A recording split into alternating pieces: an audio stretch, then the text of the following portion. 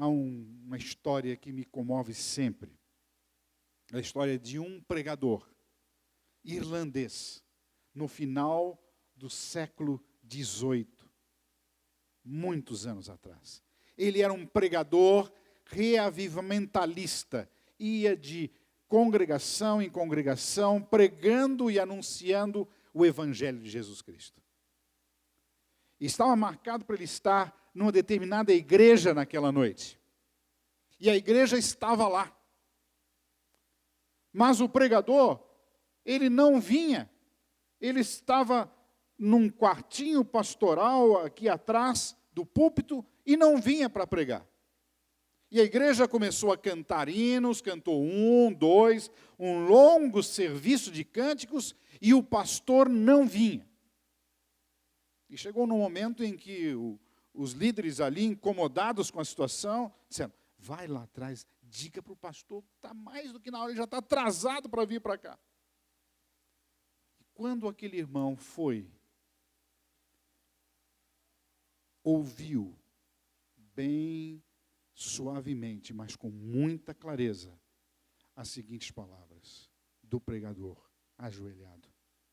Ele dizia, Senhor, eu não vou sozinho. O Senhor tem que ir comigo. Eu não posso ir sozinho. Por favor, me acompanhe. Essa mesma oração eu fiz hoje cedo e faço agora. Eu não posso estar aqui sozinho nessa semana. Eu conto com as orações de vocês. Orem por mim. Eu estarei orando por vocês também. Vamos orar por cada um desses pedidos especiais. Vou lê-los todos e vamos orar uns pelos outros. Mais do que isso, tragam realmente as suas visitas aqui. Eu gostaria de abrir a Bíblia com vocês pela primeira vez nesta semana especial de Semana Santa. Eu vou ler um texto que se encontra no livro de Filipenses.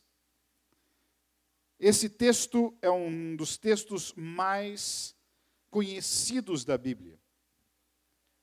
É um texto que está escrito, registrado na forma de uma poesia.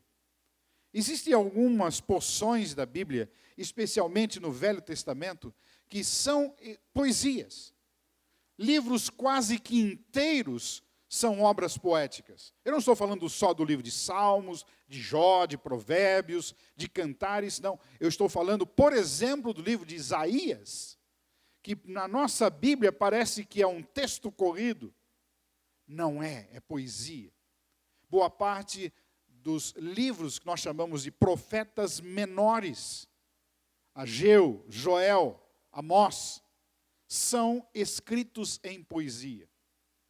No Novo Testamento nós temos também algumas peças lindas de poesia.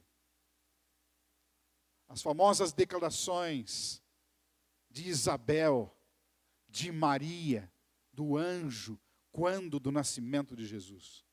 Mas eu tenho que reconhecer que os textos poéticos não são tão abundantes assim nos escritos de Paulo. Portanto, ao lermos Filipenses agora, no capítulo 2, dos versículos 5 em diante, vocês tomem isto como um texto realmente relevante. Era uma poesia. Paulo escreveu isto que foi, diríamos, cantado pela igreja cristã. Um dos primeiros hinos do inário, entre aspas, do cristianismo, é esse texto encontrado aqui, em Filipenses, no capítulo 2, versículos 5 em diante.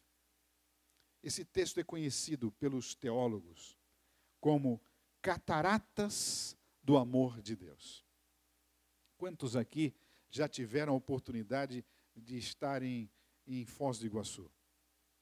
Ali virem e olharem as cataratas. Quem não foi ainda, por favor. O momento de ir não é nesse feriado agora, mas é no próximo fim de semana. Por quê? Porque eu ouvi dizer, pastor Chaguri, que lá as cataratas estão jorrando tanta água que está vazando pelo Rio Iguaçu abaixo 5 vezes mais água do que o normal. E quem já foi em Niagara Falls, em outras cachoeiras e cataratas, sabe que Foz do Iguaçu é realmente algo impressionante. Eu estive lá alguns meses atrás e era realmente a época da seca e eu fiquei quase que decepcionado. Pouca água caindo e quase não deu nem vontade de andar ali pelas alamedas, subir e descer os cantos que mostram e evidenciam as cataratas. E para provar que, embora o Papa seja argentino, mas Deus é brasileiro, as cataratas estão do lado maiormente na Argentina, mas a visão de quem vê é do lado brasileiro. E nós vemos as cataratas caindo. E é coisa tão impressionante que, ao você se aproximar em alguns daqueles lugares, você fica molhado, respingado totalmente pelas cataratas. Em alguns lugares ali, eles vão dar até capa para você se abrigar, ou alugar capas, para você não ficar molhado com a água que cai das cataratas. Isto aqui, esse texto também é conhecido como as cataratas do amor de Deus. E a minha vontade, a minha oração, meu desejo para todos nós, é que esta água nos molhe hoje cedo. Respingue a nossa alma, respingue o nosso coração. Fale a você e fale a mim também. Senhor nosso Deus, nós estamos com a Bíblia aberta, iniciando essa semana especial. Dirija os meus lábios, dirija pelo Teu Santo Espírito a mente de todos nós. Que possamos trazer aqui os nossos amigos, os nossos vizinhos, os nossos parentes que ainda não Te conhecem, e que possamos conhecê-lo melhor durante a semana, em nome de Jesus. Amém, Senhor. Vou ler o verso 5 até o verso 8 no final dele, e durante a semana leremos outras vezes e outras formas esse verso. Eu estarei usando a Nova Versão Internacional, que pode ser que não é exatamente aquela que vocês têm no texto aqui no computador. Seja a atitude de vocês a mesma de Cristo Jesus. É um convite a sermos como Jesus, que, embora sendo Deus, não considerou o ser igual a Deus. Era algo a que se devia pegar-se, mas esvaziou-se a si mesmo, vindo a ser servo, tornando-se semelhante aos homens. E, sendo encontrado em forma humana, humilhou-se a si mesmo e foi obediente até a morte, e morte de cruz. É água do amor de Deus vazando por todos os lados. É como se estivéssemos descendo aqui uma escada. Jesus Cristo, Deus, Ele não se apegou à sua condição de ser Deus, mas Ele esvaziou-se, assumiu a forma humana. E na forma humana, Ele se tornou servo. E mais ainda, como servo, Ele entregou a sua vida. Ele morreu. Mais do que isso, não foi um tipo comum de morte, foi uma morte de cruz. Nós não entendemos muito bem como isto aqui funciona. Eu não tenho aqui vocabulário, nem condições mentais de dizer como que Deus tornou-se criatura. Eu posso explicar ao contrário. Eu posso dizer para vocês que todo o pecado, é uma afirmação categórica essa, todo o pecado, seja ele qual for, se eu levá-lo ao microscópio eletrônico da espiritualidade, eu vou notar que cada pecado tem a sua origem numa criatura que quer se tornar Deus. Vamos lá perceber o nosso Lúcifer nos céus. Ele colocou no seu coração ser Cristo Jesus. E por isso o grande conflito é entre Cristo e Satanás. E ele seduziu, enganou de forma muito astuta a Eva. Eva ficou impressionada com a declaração: você, se comer deste fruto, será como Deus. Nós temos, por natureza pecaminosa, sempre à disposição de nos entendermos como deuses. Mas Deus, a quem nós não temos capacidade de compreender, agora esvazia-se e torna-se um ser humano. Nós não podemos compreender, porque como que vai a criatura saber quem é o seu Deus? Pode você compreender quem é Deus? Algumas pessoas dizem, a Bíblia ela é falha porque ela não explica totalmente a respeito da natureza de Deus. Aliás, esse não é o objetivo da Bíblia. A Bíblia não tem condições de explicar totalmente quem é Deus. E porque nós não temos condições de entendermos muitas vezes quem é Deus, nós começamos a duvidar das coisas de Deus. Nesse trimestre nós estamos estudando na lição da Escola Sabatina, uma lição sobre as origens. E agora eu vou fazer uma outra declaração que pode assustá-los.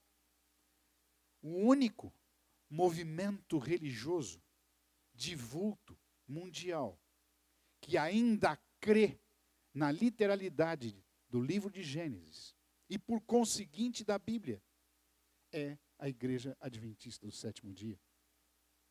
E porque muitas pessoas não conseguem entender o Deus, especialmente o Deus como registrado na Bíblia, negam a sua existência. Jesus Cristo era Deus, mas ele esvaziou-se. Deus. No Brasil nós não temos rei, não é verdade? Não temos. A figura do rei está muito distante de nós. Nós já tivemos, e mais do que rei, nós tivemos 2 imperadores em nosso meio. E também um rei que veio de Portugal, Dom João VI, ele era um príncipe regente. Depois ele acaba se tornando rei aqui no Brasil e volta a Portugal. Nós não temos a noção do que significa um rei, mas nós temos noção de autoridade. Certamente, se a presidente da República estivesse conosco hoje aqui, nós teríamos tido certamente o quarteirão mobilizado, vários guarda-costas e seguranças estariam aqui. Eu não tive ainda o privilégio de acompanhar nenhum presidente da República, mas já estive algumas vezes com o governador. O governador, quando anda, ele anda com pessoas que lhe escoltam, lhe protegem, e as pessoas querem estar perto dele, querem parecer na mesma foto que ele, e é só um ser humano. Apenas um fato curioso. Quando a família real veio para o Brasil, saindo fugida de Portugal, lá em 1808, e vindo para o Brasil, depois da tentativa de Napoleão de conquistar Portugal, que acabou conquistando de alguma forma, a viagem dessa família real para cá não foi nada fácil. Os navios em que estavam embarcados eram não transatlânticos que você hoje pega para fazer aí uma viagem especial, um cruzeiro. Absolutamente. Eram coisas rudimentares. movidos à vela. A água acabava depois de 2, 3 dias. O que sobrava daquela água em barris apodrecia. Os navios estavam cheios de baratas, de ratos e tudo quanto é um tipo de animais desse porte. Tanto é que as mulheres, a rainha, os filhos, as filhas do rei de Portugal, pegaram piolho no navio, vindo para cá, para o Brasil. E como resolver o problema do piolho? No início do século XIX, só havia uma única forma, um único remédio: cortar o quê? O cabelo. E as mulheres raparam o cabelo. Cortaram por quê? Porque senão a infestação de piolho se tornaria insuportável. E chega a família real aqui no Brasil. As mulheres não desembarcaram em Salvador, que foi o primeiro lugar onde o rei desceu. Mas quando chegaram no Rio de Janeiro, elas não desembarcaram no mesmo dia, ficaram no navio, mesmo sob essas condições. E quando desceram, foi feito assim, quase que uma passeata, era um momento marcante, era o rei presente em terras brasileiras pela primeira vez. E aquelas mulheres, com o cabelo raspado, a rainha, as filhas, todas usavam turbante, um tipo de lenço, para esconder, né, que estavam com o cabelo raspado. Mas dava para perceber que o cabelo estava raspado. E, curiosamente, as mulheres brasileiras, ao verem aquele quadro, entenderam que a moda lá na Europa era cabelo raspado. Naturalmente, naquela época, é difícil a gente imaginar isso, né? Sem Rede Globo, sem internet, sem fotos, sem nada. Nós estamos falando de 200 anos, mais de 200 anos atrás. E as mulheres aqui da corte, aquelas que queriam imitar a família real, que vinham agora com a última moda da Europa, fizeram o quê? Rasparam os cabelos. Eu convido a vocês todos nesta manhã a rasparmos o nosso cabelo da nossa, sabe? Alguns não precisam mais, né? Eu preciso um pouquinho, alguns menos, mas, pastor Chaguri, nós precisamos ter o mesmo sentimento que houve em Cristo Jesus, que se humilhou. Para tentar compreender um pouco isso e compreender a Deus, são expressões que a Bíblia não usa, mas são expressões que a teologia usa. Eu vou destacar apenas 3 delas para caracterizar a Deus. Quem é Deus? Deus é onipotente. Deus tem poder para tudo. Deus tem uma capacidade impressionante na sua voz. Eu vou pedir agora, de forma muito carinhosa, aqueles que puderem, se coloquem em pé. Por favor, se coloquem em pé. Fiquem em pé, por favor. Obrigado a vocês. Muito obrigado. Obrigado mesmo. Podem voltar a tomar os assentos, a se assentarem. Que judiação eu fiz. Vocês percebem o poder da minha voz? É o poder da minha voz. Eu consegui levantar, pelos cálculos que eu fiz aqui, matemáticos e astronômicos até, né? Modo de brincadeira. Eu levantei com a minha voz agora umas 10 toneladas. Tá certo que alguns contribuíram um pouco mais para estas 10 toneladas do que outros. Mas vocês percebem? Vocês foram gentis para comigo. Agora, Deus, Ele é onipotente, a ponto de Ele falar e existir, tirar do nada.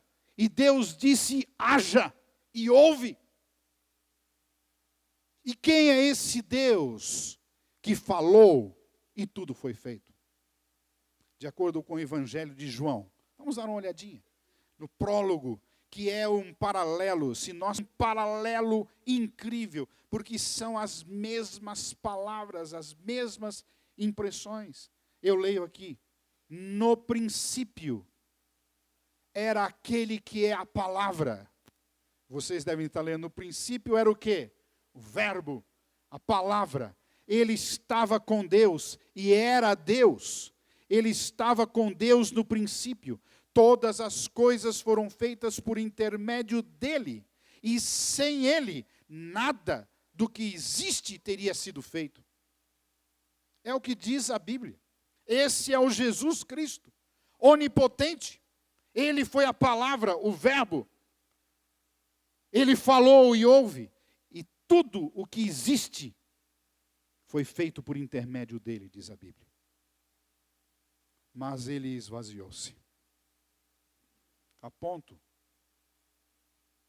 de decidir não fazer uso da sua onipotência quando se tornou um ser humano. Essa expressão esvaziou-se, ela tem que ser entendida por nós. Não que Jesus Cristo tenha, diríamos, deixado de ser Deus, mas ele decidiu, ao assumir a natureza humana, não fazer uso dos atributos peculiares à divindade, a fim de ser um como nós, ser servo e viver em nosso meio. Esvaziar-se não é simplesmente perder, no sentido que você perdeu uma carteira, perdeu um dinheiro, perder alguma coisa, perdeu o carro no acidente, perdeu alguém que morreu. Não é exatamente isso que significa esvaziar. Esvaziar-se quer dizer, tomou uma decisão lá no fundo do seu coração de não ser mais, no caso aqui, onipotente. Tanto é que em alguns poucos versos mais tarde, em São João, mesmo evangelho, no capítulo 5, o verso 30, o próprio Jesus Cristo diz: por mim mesmo nada posso fazer. O Jesus Cristo, onipotente, Criador, agora diz: nada posso fazer de mim mesmo. E vejam que as tentações que Satanás colocou diante de Jesus, todas elas, Jesus foi tentado, mas as tentações colocadas diante de Jesus eram para fazer com que ele usasse os seus atributos divinos. Vamos pegar a primeira tentação. Pode pegar qualquer uma delas, mas vamos à primeira, que é mais fácil. Ah, Senhor, você está com fome? 40 dias sem comer. Eu sei que o Senhor pode simplesmente resolver esse problema. Por que que não se transforma pelo seu poder? O Senhor que é o verbo, a palavra, por que que não faz com que essas pedras se transformem em pães? Pergunto, essa é uma tentação para mim, para você? Você pode transformar pedras em pães? Nós podemos o contrário. Aqui vai a fórmula. Tá? Pegue amanhã, não hoje, amanhã, vá à padaria bem cedo e compre um pãozinho francês.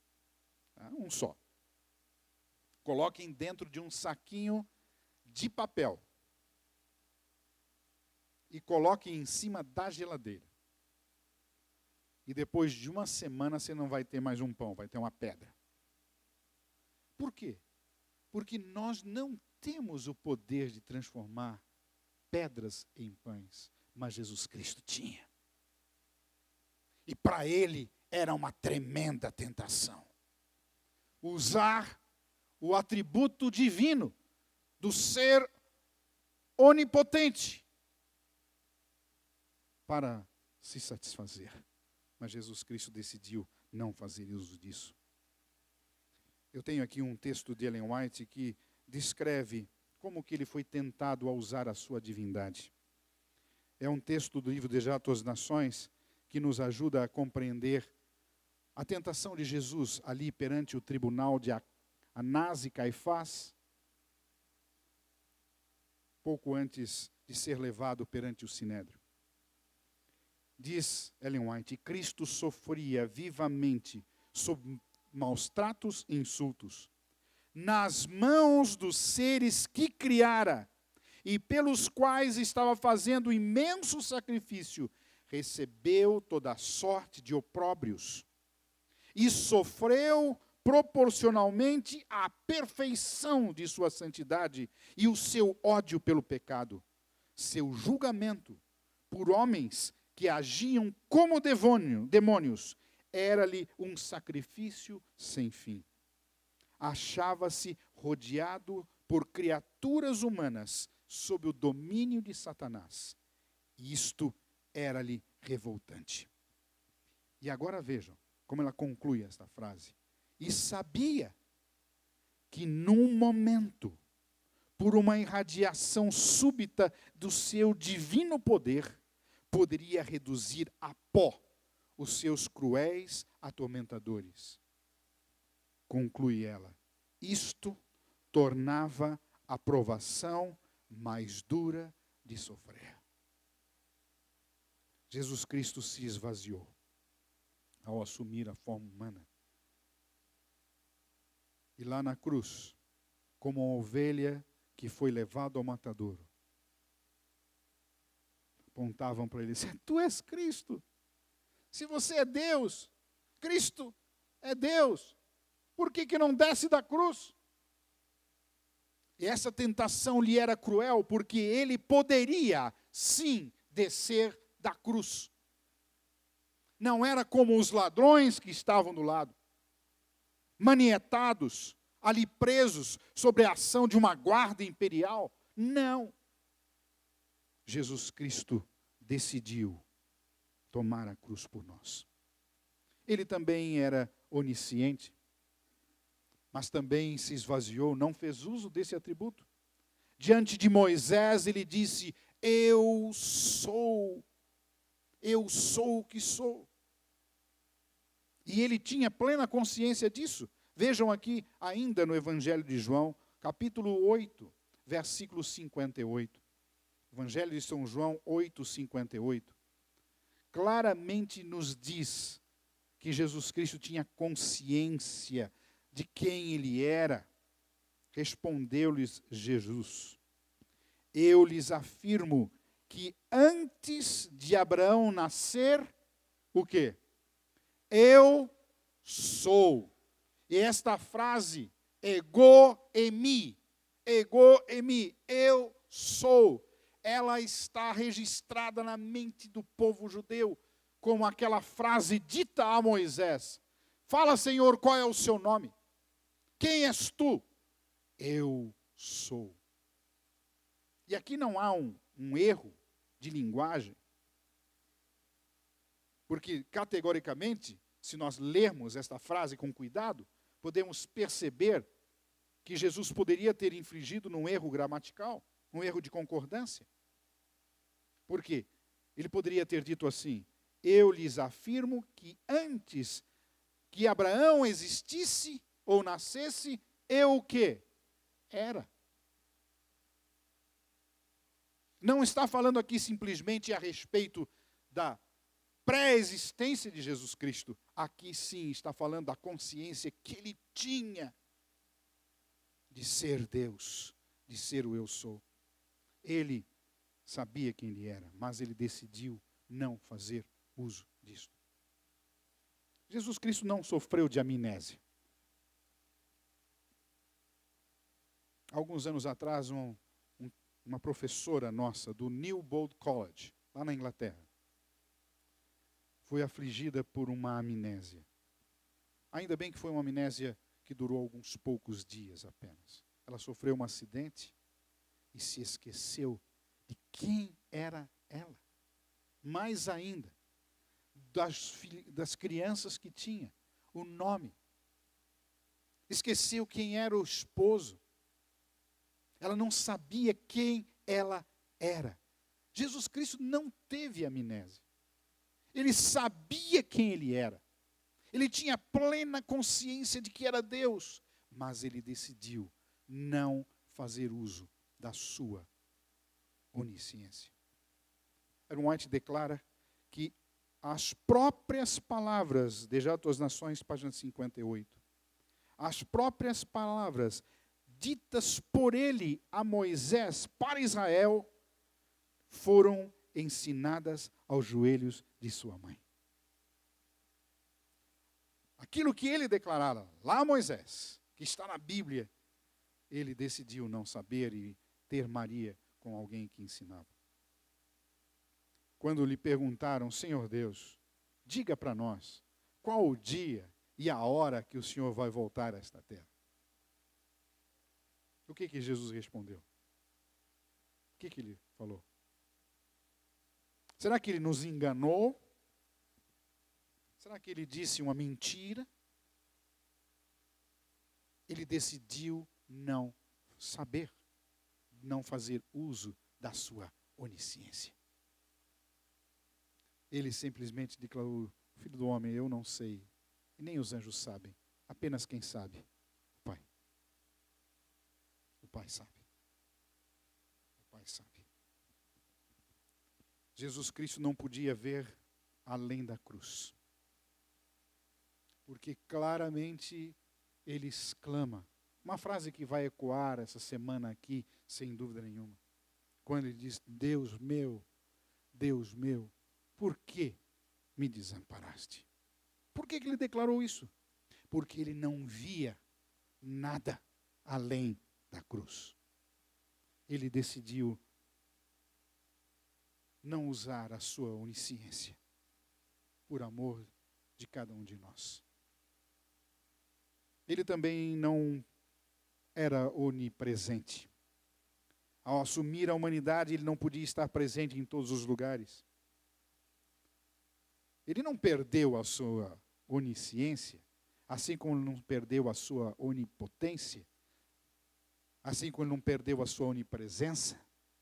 Ele decidiu não fazer uso disto. Ele simplesmente decidiu por amor. Porque um Deus tornou-se ser humano. Uma das lendas da modernidade, uma lenda urbana que existe hoje, é noticiada pelos meios de imprensa. A Transpress, outro dia, noticiou mais uma vez essa lenda. Fala de um homem vivendo nos Estados Unidos. Ele, de acordo com o costume americano, foi num sábado. Os sábados e os domingos americanos fazem um tal de garage sale. Venda de garagem, liquidação de garagem. O americano compra tudo, né? Depois não tem onde guardar. Aliás, é garagem por quê? Porque na garagem do americano não é para pôr carro. Raramente o americano põe o carro na garagem. O carro fica fora. Dentro da garagem tem um monte de lixo lá dentro. Coisas que ele vai comprando. E chega uma hora que ele quer vender. Tem que vender, porque senão a garagem já está cheia. Então é a tal da liquidação de garagem. E esse cavaleiro tinha o costume de ir em garage sales. E ele parou com a sua caminhonete na frente de um desses garage sales. E olhou ali as bancas, roupa nova, roupa usada, coisa boa, coisa que não presta, muitas barganhas, produtos eletrônicos, quinquilharias, de modo geral. Mas ele não se interessou por nada, exceto por uma motocicleta que estava jogada lá no fundo da garagem. Ela não estava à venda. E ele chegou-se ao dono daquele garage sale, ao dono da casa, e disse, Senhor, você me vende aquela moto lá? E o indivíduo, o dono, disse, olha, desculpe, eu não estava pensando em vender essa moto, é uma relíquia de família, está aí, mas está quebrada. Está faltando peças, está toda empoeirada, eu nem pensava em vendê-la. Ah, mas eu quero recuperar uma moto mesmo dessas, antigas e tal, gosto dessas coisas, eu quero comprar. Você me vende? Vendo. Quanto você me vende? Olha, eu vou dar um bom preço, $200. Bom, tudo bem, $200. Fez um cheque, pagou o indivíduo, jogou a moto em cima da caçamba da caminhonete e levou para casa. No dia seguinte, dia de comércio aberto, ele ligou para o dono de uma loja de peças de moto da cidade onde ele morava, que era amigo. Ligou, o cavalheiro atendeu, disse, olha, eu tenho aqui uma moto, assim, assim, etc. Dá para você tem peças para... Mas eu não posso saber que peças você realmente precisa para essa moto. Não, eu preciso de pneu, disso, daquilo, um monte de coisa. Não, mas você tem que me passar pelo menos o número do chassi da moto. A moto não tem nem documento, eu não sei nem como que é esse negócio. Então me dá o número do chassi da moto. E ele foi lá, deixou o telefone um pouquinho, foi lá, olhou no chassi, estava ali o número, trouxe o número. E passou o número do chassi para o dono daquela loja de peças de moto. O cavalheiro disse lá do outro lado da linha, olha, espera um pouco. E esse espera um pouco foi uma longa espera. Ele estava quase desistindo, colocando o telefone no gancho. O indivíduo disse, olha, você tem certeza que o número do chassi dessa moto é exatamente esse que você me passou? Ele disse, tenho certeza, absoluta.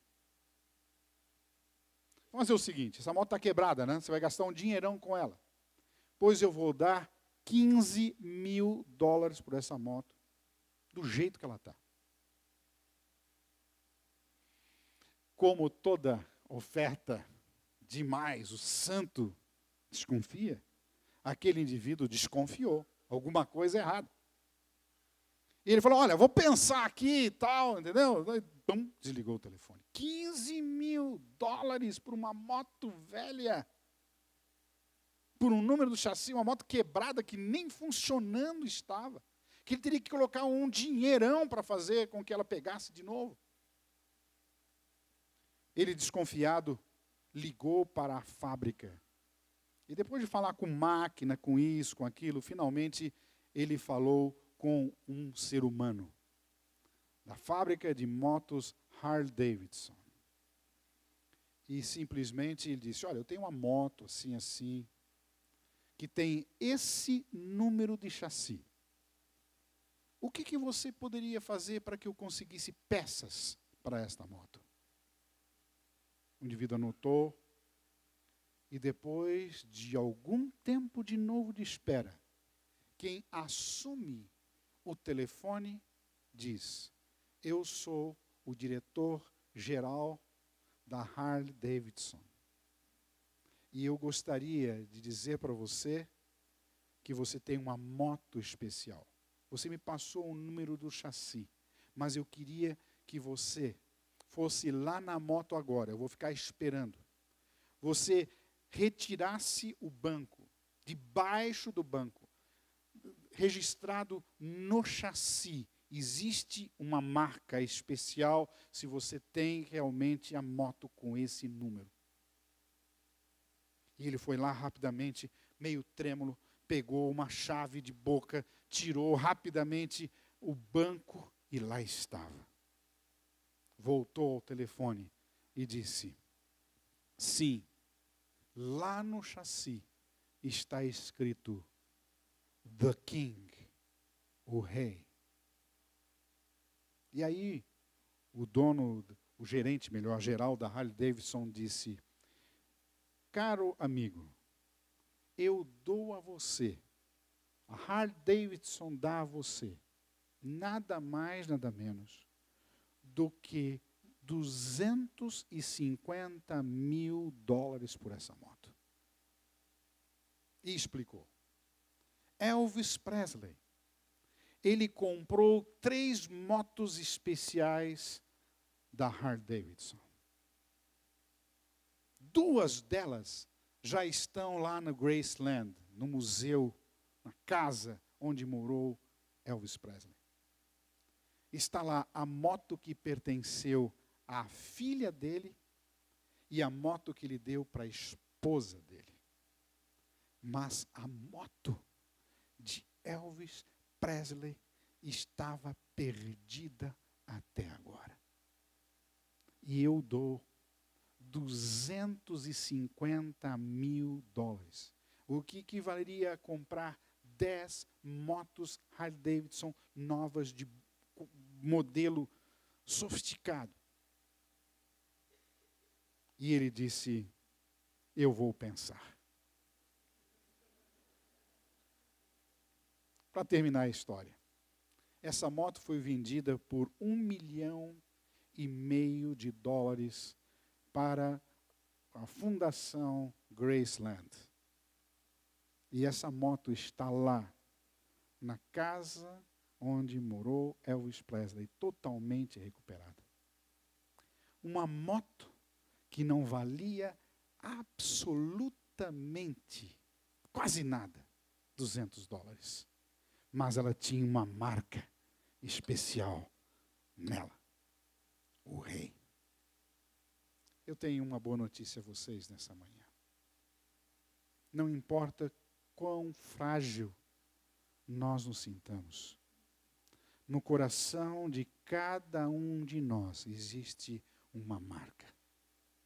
Uma marca que diz que nós pertencemos ao Rei dos Reis, ao Senhor dos Senhores, que nós pertencemos a este Jesus Cristo, que sendo Rei, que sendo Deus, tornou-se um como nós, e viveu e morreu por nós.